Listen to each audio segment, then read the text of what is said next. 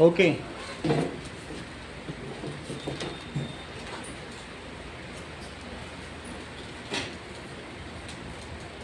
और reflection through spherical mirrors,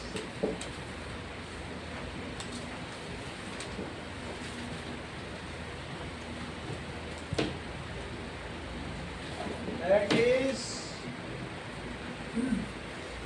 for mirrors new Cartesian sign convention is to be followed. Is to be followed.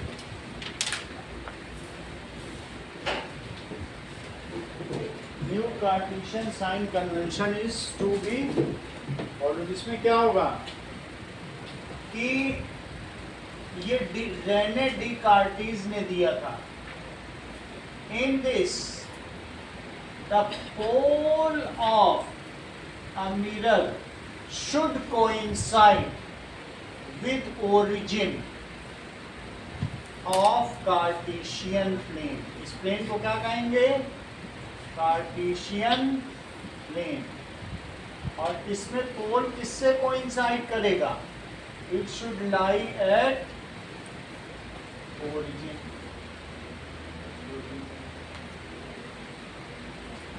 Mirror चाहे कोई भी हो, अगर तुम्हारे पास कॉनकेव मिरर होगा तो उसे सेकंड और फोर्थ क्वाड्रेंट में रखो, और कॉन्वेक्स है तो फर्स्ट और second quadrant, first and fourth में रखो.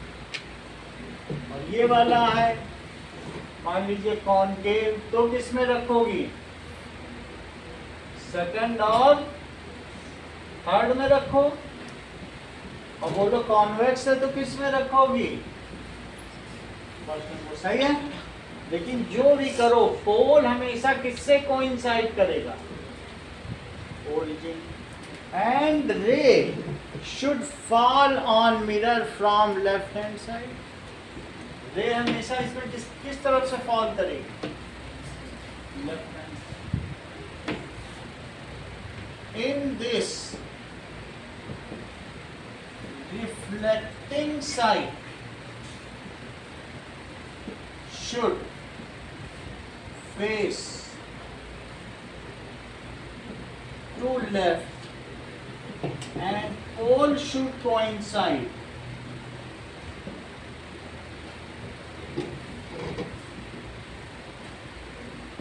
with origin. All incoming rays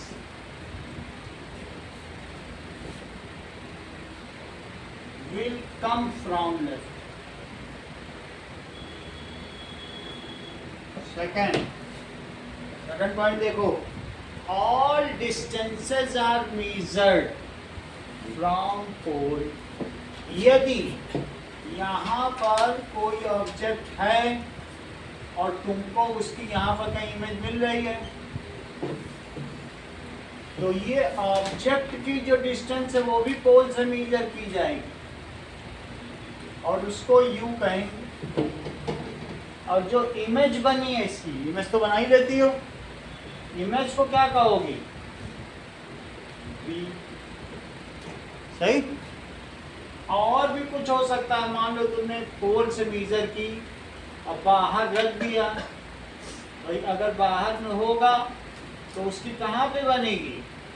बीच में बनेगी, छोटी बनेगी, तो इसको F कहोगी, इसको क्या कहोगी? C. तो P और F के बीच में मंगल, PF के बीच की डिस्टेंस को क्या कहते हैं? Focal length. Yes, it is focal length. P और F के बीच की डिस्टेंस को हम कहेंगे फोकल लेंथ. ओके. नाउ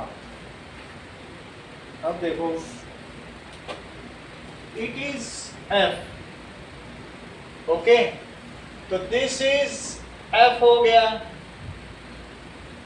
अच्छा, इसके इस डिस्टेंस को क्या कहोगे? R. और इमेज से इसकी डिस्टेंस को क्या कहोगे? V. और ऑब्जेक्ट से इसकी डिस्टेंस को क्या कहोगे? u। बोलो, बात समझ में आ गई?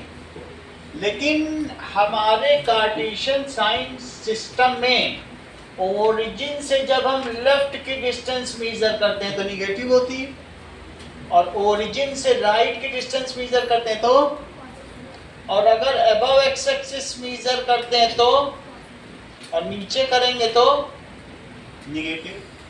मान लीजिए 4 सेंटीमीटर का हाइट ऑफ ऑब्जेक्ट है और तुमको हाइट ऑफ इमेज 2 सेंटीमीटर की मिल रही है, सही है? और ये भी बताया गया है कि इसकी फोकल लेंथ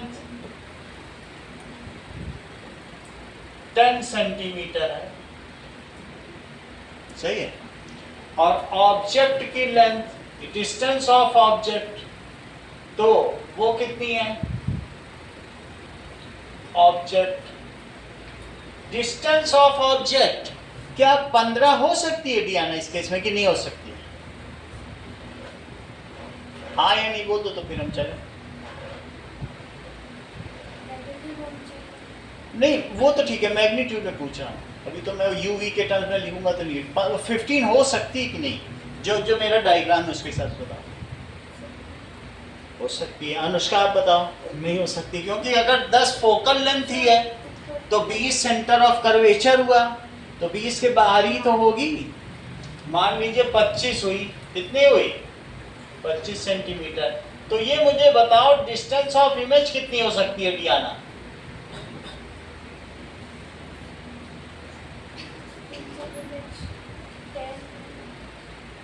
तुमने बिल्कुल सही कहा। जो कितना दिमाग लगाया, बोलिए 10 इतना है और 20 इतना है, 15 रख दो या 12 रख दो। ये चीज माइंड वाली बहुत बड़ी बात बताई।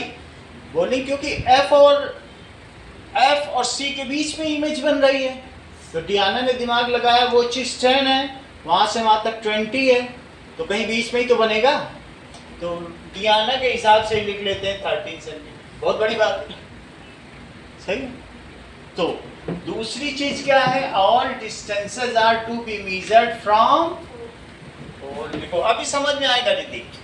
All distances are measured from pole, ठीक है? Distances left of pole is taken negative and right of pole is taken. Distances left of pole is taken negative. Distances right of pole is taken positive. Distances above x-axis, Kanishka बताओ। Positive. Distances below x-axis is taken as negative, जैसा हम Cartesian में किया करते हैं। अब आगे देखो, third point, that is distance of object from pole is symbolized u. Distance of image from pole is symbolized u. u पहले पड़ता है और v बाद में। हम होंगे तभी तो हमारी इमेज बनेगी, और हम ही ना होंगे तो दर्पण हमारा प्रतिबिंब कैसे बनाएगा? तो हम हैं, यू है तो वी है, और यू ही ना हो तो वी कभी आ पाएगा अल्फाबेट में? चलो, दैट इज, ये देखिए फोकल लेंथ को कैसे सिंबलाइज करोगे? Focal length is symbolized as F. Radius of curvature को कैसे करोगे? Is symbolized as R, capital R. अब देखो, that is height of object को क्या कहोगे? बताओ कनिष्का, H. आप बताओ। हाइट ऑफ ऑब्जेक्ट लिखा तो देख के बताओ, दिमाग क्यों लगा रहे हो? क्यों एचओ जब है तो एचओ बोलो, एचओ क्या बोला जाएगा? एचओ। हाइट ऑफ इमेज को क्या बोलोगे? H I. सही कि नहीं? Height of image is H I. ये सारी चीज तुमको समझ में आ गई? थर्ड साइन कन्वेंशन अगर समझ में आ गई है तो तुम इस केस में हमको u की वैल्यू बताओ मंगल, v की वैल्यू बताओ, f की वैल्यू बताओ, r की वैल्यू बताओ, hi की बताओ और ho की, सबकी बताओ जरा। u कितना है? U 4 centimetre. देखो बहुत अच्छा बताया है, आप लोग भी ध्यान दो सीक्वेंस से।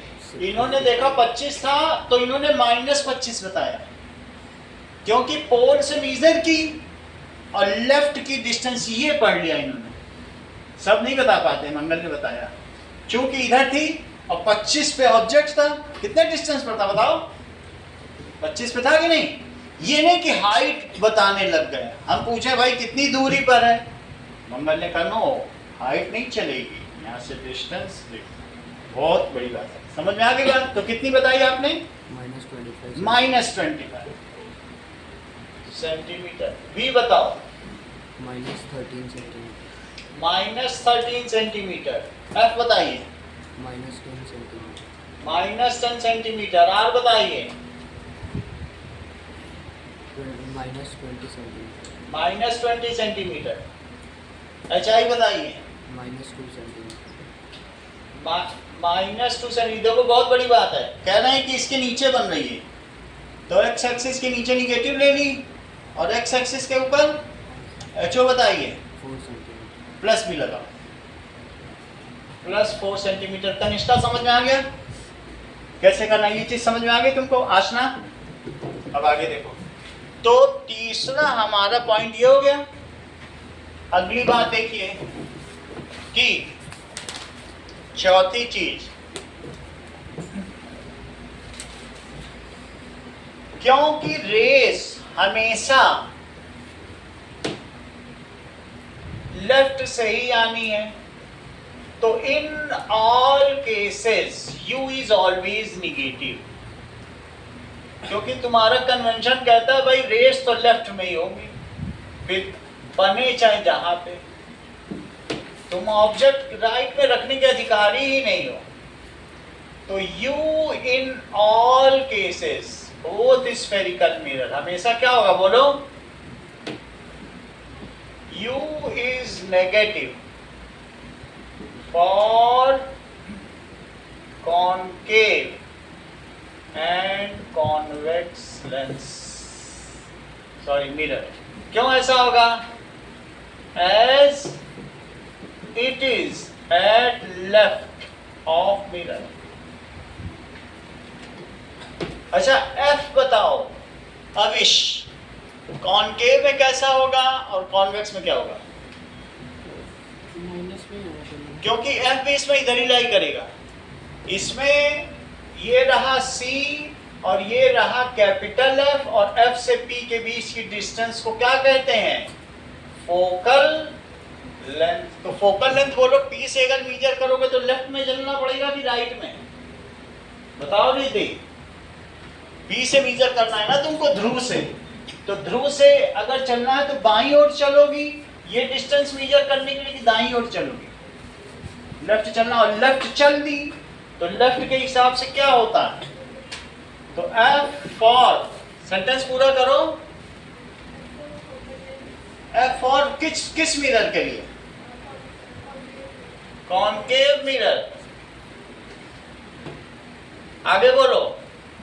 इज, बहुत अच्छा। अब जरा यहां देखो, अगर तुम्हें यहां चलना है आगे तो किधर चलना पड़ेगा बताओ? ये P है, इसका C तो इधर पड़ता है कि नहीं पड़ता है? तो बोलो यहां पर अगर तुम्हें PF मेजर करना है तो P से राइट चलना पड़ेगा कि लेफ्ट में चलना पड़ेगा? तो राइट चलोगी तो यहां से देख के बताओ इसका F कैसा होगा। ठीक है। And convex mirror it is positive, क्योंकि अभी थोड़ी देर में हम सवाल करने वाले हैं तो ये भी पता चल जाए। पॉजिटिव। अच्छा आर बोलो आशना, दोनों के लिए are for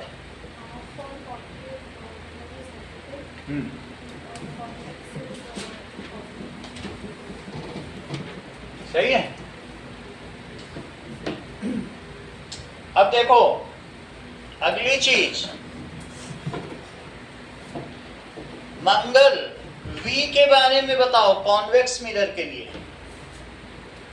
V for convex mirror. अगर अपनी स्कूटी में तुम एक जीप देखोगे तो जीप का चित्र उधर बनेगा कि इधर बनेगा? राइट में, है ना? मिरर के पीछे बनता है कि नहीं? उल्टा तो बनता नहीं है। इरेक्ट है तो वर्चुअल है, और वर्चुअल है तो बिहाइंड द मिरर। तो इसलिए अगर कहीं भी बन रहा बनेगा P और F के बीच में। ये तो तुमने केस देख लिया था ना, P और F के बीच में। तो मुझे बताओ V फॉर कॉन्वेक्स मिरर क्या है?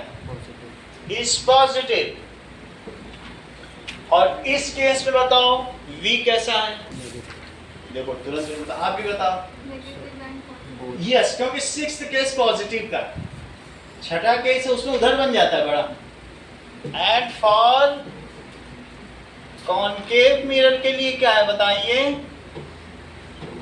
इट इज पॉजिटिव और नेगेटिव। बोलो समझ में आ गई बात? फिफ्थ पॉइंट, अब देखो that is mirror formula is 1 by V plus 1 by U, it is equals to 1 by F. It is used for both convex and concave mirror, दोनों के लिए यही यूज करें। Used for both convex and concave mirror। And magnification formula क्या है?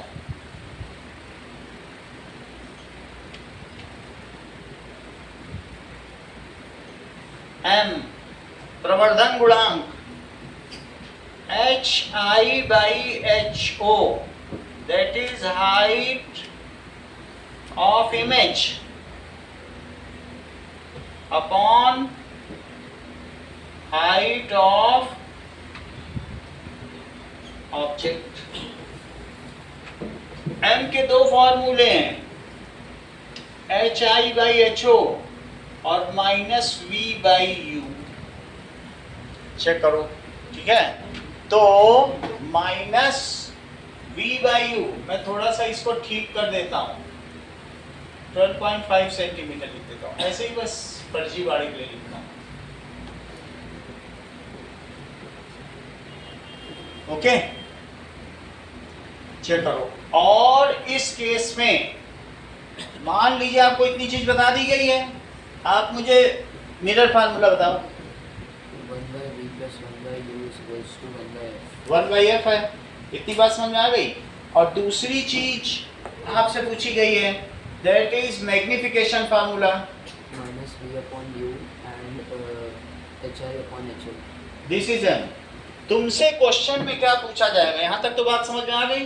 दोनों फार्मूले आपको पता चल गए, और साइन कैसे रखना ये भी पता चल गया। एम को मैं थोड़ा सा समझाता हूं, एम क्या होता है। एम का रूल देखो,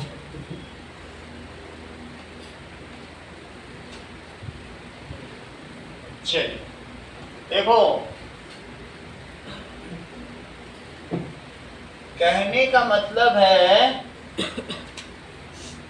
कि M can be, M has sign and magnitude both।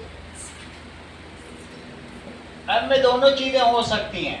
मान लीजिए M की वैल्यू -1.5 है। साइन रिप्रेजेंट्स, अगर ये जो साइन है, ये साइन है, और ये क्या है? मैग्नीट्यूड।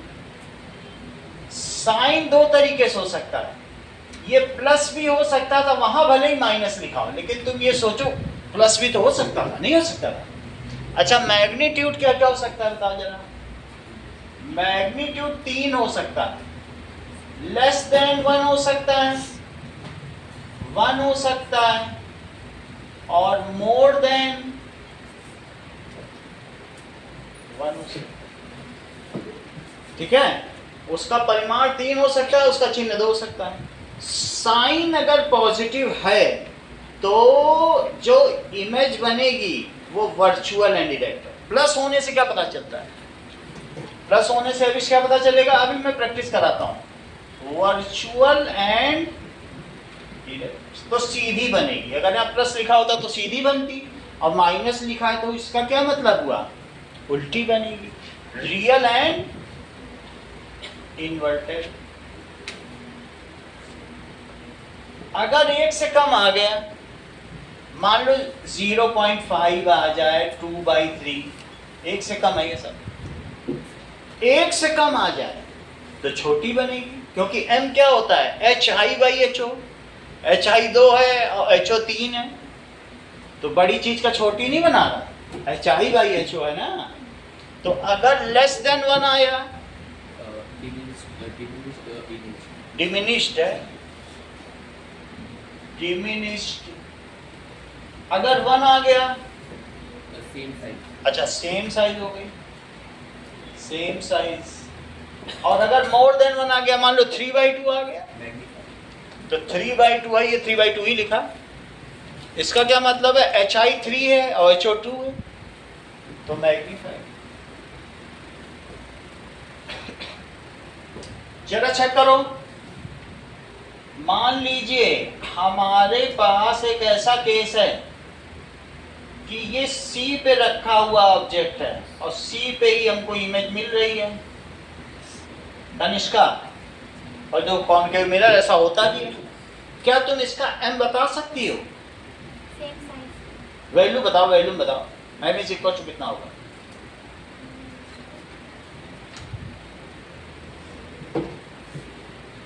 रिद्धि आप बताओ, क्या ये वर्चुअल एंड इरेक्ट है कि रियल एंड इन्वर्टेड है? तो ये साइन चुनो। साइज कैसा है? तो ये चीज चुनो, ये भी चुनो, ये भी चुनो, मिला के बोल दो। सही है? चलो, अब अगर तुमने ये केस कर लिया तो तुम ही से एक केस और कराएंगे, क्योंकि अब तुम ही सारे केस सॉल्व करोगी, तुम ही लॉयर हो। ये देखो, और अब इधर भी बना दिया। तो मुझे ये बताना मुझसे गलती कहाँ हुई है, तब तो हम आगे बढ़े। गलती बता दो फिर आगे बढ़ते। कर रहा है कुछ, मिरर के पीछे डॉट है, देखो इसे तुरंत पकड़ लेती है और कोई ना पकड़ पाए। कहती मिरर के पीछे बोल्ड बना दिया आपने, पूरा चैप्टर ही बिगाड़ रहे हो। m की वैल्यू बताओ, क्योंकि मिरर के पीछे फोड़ के लिए थोड़ी पहुंच जाएगी। हाँ बोलो m +1, क्योंकि ये वर्चुअल है तो m कितना हो गया? +1। समझ में आ गई बात? तीसरी चीज देखो कि आगे का केस,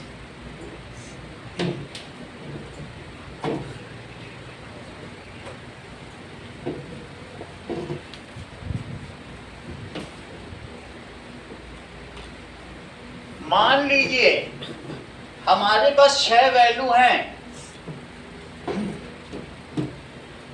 और कनिष्का उसमें से एक वैल्यू तुमको चुननी है अपने पसंद की।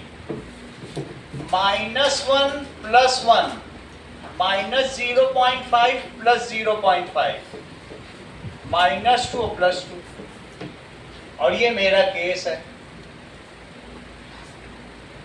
This is C, this is F, और यहाँ ऑब्जेक्ट है। बताओ इसका m बताओ कितना होगा कनिष्का? इनमें से एक है, कोई पकड़ लो और बता।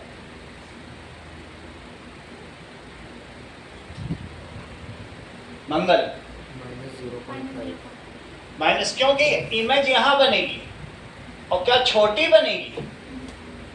तो पहली बात हुआ रियल एंड इन्वर्टेड, और दूसरी चीज तुमने कहा डिमिनिश्ड। तो इसके लिए माइनस लिखो और इसके लिए 0.5, तो आंसर कितना हो गया? सही। चलो अब मान लीजिए आशना की भी बुद्धि की परीक्षा हो जाए। एफ है, ये सी है, ये ऑब्जेक्ट है। आशना इसका एम बताओ, इन्हीं में से चुनो।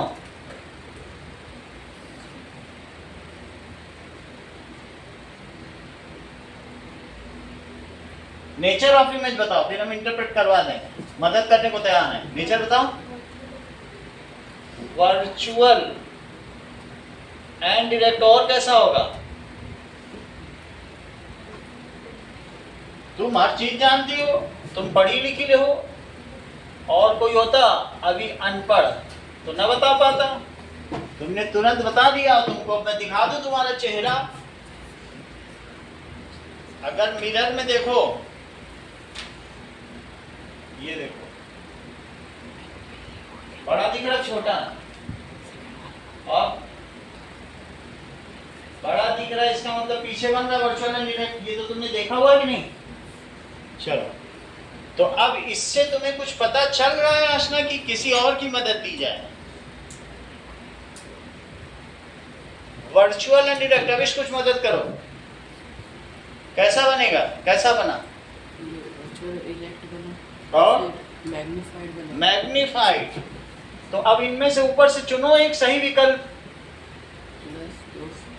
वर्चुअल एंड डायरेक्ट के लिए क्या लगाओगे और मैग्नीफाइड के लिए क्या लगाओगे? वर्चुअल और इलेक्ट के लिए प्लस लगाएंगे। लगाओ प्लस। इसके लिए लगाओ कुछ। 2 लगाते हैं। बहुत अच्छा, तुम तो हर चीज जानते हो। सही। एक चीज और पूछी जाए, हर्षवर्धन से पूछें। ये देखो, इस बार हमने यहां पे रख दिया ऑब्जेक्ट। हर्षवर्धन, ये रहा एफ, ये रहा सी। तो तुम मुझे बताओ इसकी इमेज का नेचर क्या होगा? Virtual and real and inverted, हाँ, मैग्नीफाइड। अच्छा, मैग्नीफाइड होगा। ये बात तो सही कह रहे हैं, क्योंकि ये यहाँ कहीं बनेगी, बहुत बड़ी बनेगी। तो दैट इज, इमेज कैसी होगी? Real and inverted. Real and inverted और मैग्नीफाइड। जरा दोनों के लिए कुछ ना कुछ बोलो। -2। इसके लिए तो तुमने माइनस बोल दिया, इसके लिए क्या बोला? 2। तो -2। एम की वैल्यू कितनी हो गई? -2। अगला देखो, एक प्रभात से भी पूछें ना।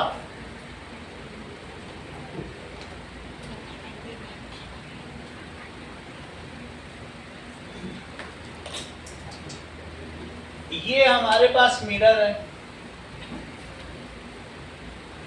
और ये ऑब्जेक्ट है।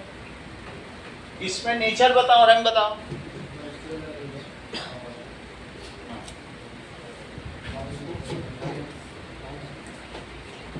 तुम थोड़ी बात बोले हो, वर्चुअल एंड डायरेक्ट बोले, और क्या बोले हो?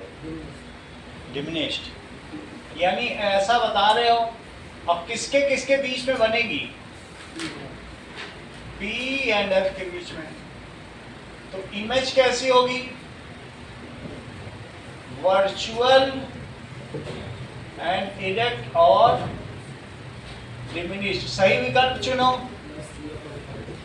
प्लस, और इसके लिए 0.5 ये m हो गया। सही है? चेक करो। अब दीपिका तुम भी कुछ बताओ। मान लीजिए इन्फिनिटी से आ रही है रे, तो m की वैल्यू बताओ।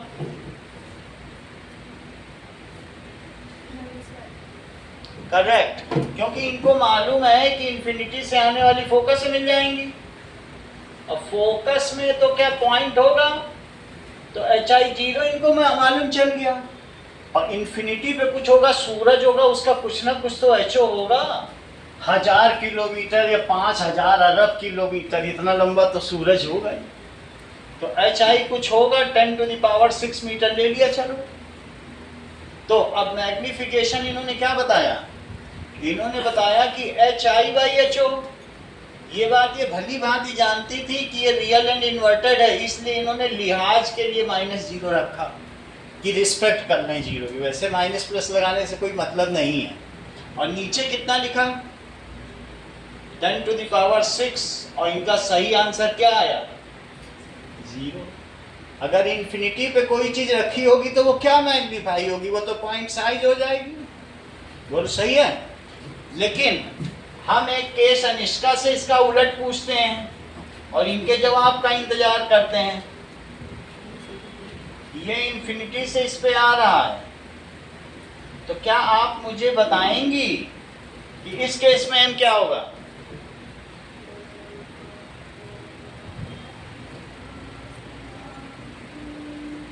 पहले बताओ इमेज का नेचर क्या होगा? इमेज का नेचर होगा वर्चुअल एंड इरेक्ट और पॉइंट साइज। पॉइंट साइज होगा, यानी यहां से आने वाली रे देखने वाले को लगेगा कि यहां से बाउंस बैक हो रही, बाउंस बैक तो जरूर होगी। तो वर्चुअल एंड डायरेक्ट हो गई,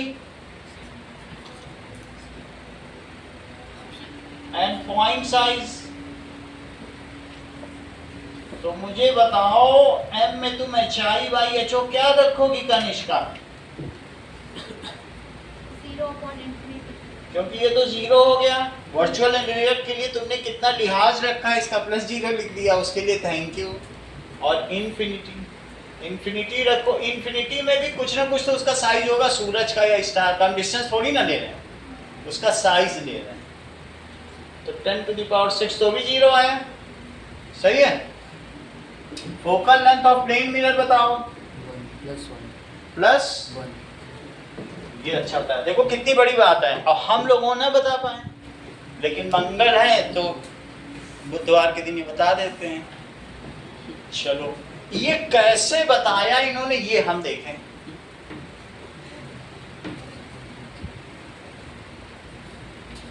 ये देखो, ये रहा प्लेन मिरर।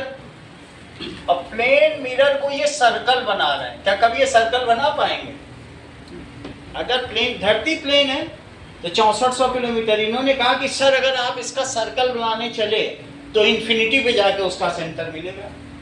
तो मैंने इनसे पूछा अगर इन्फिनिटी इसका radius of curvature, centre of curvature है तो फोकल लेंथ, तो इन्होंने तुरंत कह दिया infinity.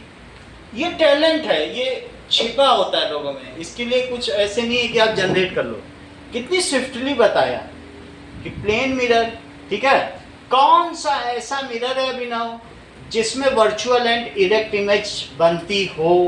Plane mirror, convex mirror या कॉनकेव मिरर? तुरंत इन्होंने बता दिया तीनों। और कोई बता पाता? देखो ये देख के ही चाहे बोल रहे हो, लेकिन इन्हें ये मालूम है कि तीनों में एक एक केस है, ये जीत है। ऐसे इनका नाम अभिनव नहीं पड़ा है। आप देखो F, तो F प्लेन मिरर के लिए डियाना क्या होगा?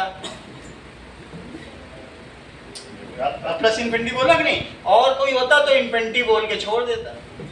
अब ये देखिए कि कितनी केयरफुल है, कितनी पर्टिकुलर। अच्छा, बुक का क्वेश्चन है, विच mirror can form virtual and direct image?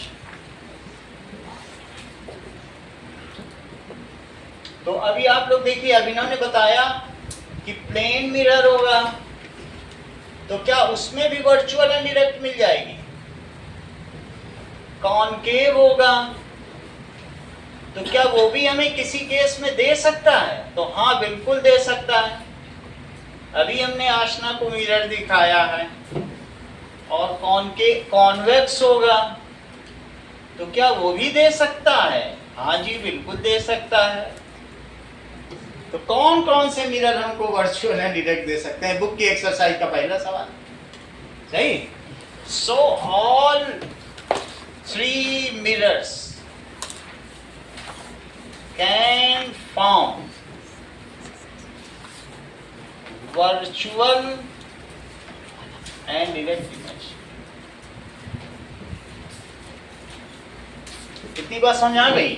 सिर्फ दीपिका तुम इन तीनों के लिए एक पर्टिकुलर एक अच्छा एम चुनो। इसका एम बताओ, इसका एम बताओ, इसका एम बताओ।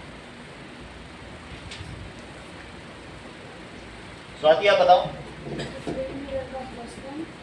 एम की वैल्यू +1, इसका बताओ। अपने मन से कुछ ही बता दो जो जस्टिफाइड हो।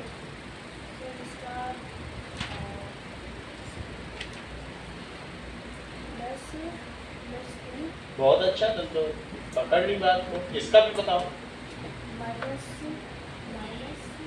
अच्छा, मतलब उल्टी बन रही। प्लस, ठीक है, प्लस लिख दें, हमें क्या जो पाओ वही दिए। अब तुमने तीनों का आंसर सही बताया, इसलिए अब क्लास खत्म होती है। कल 7 बजे फिर उपस्थित हुई।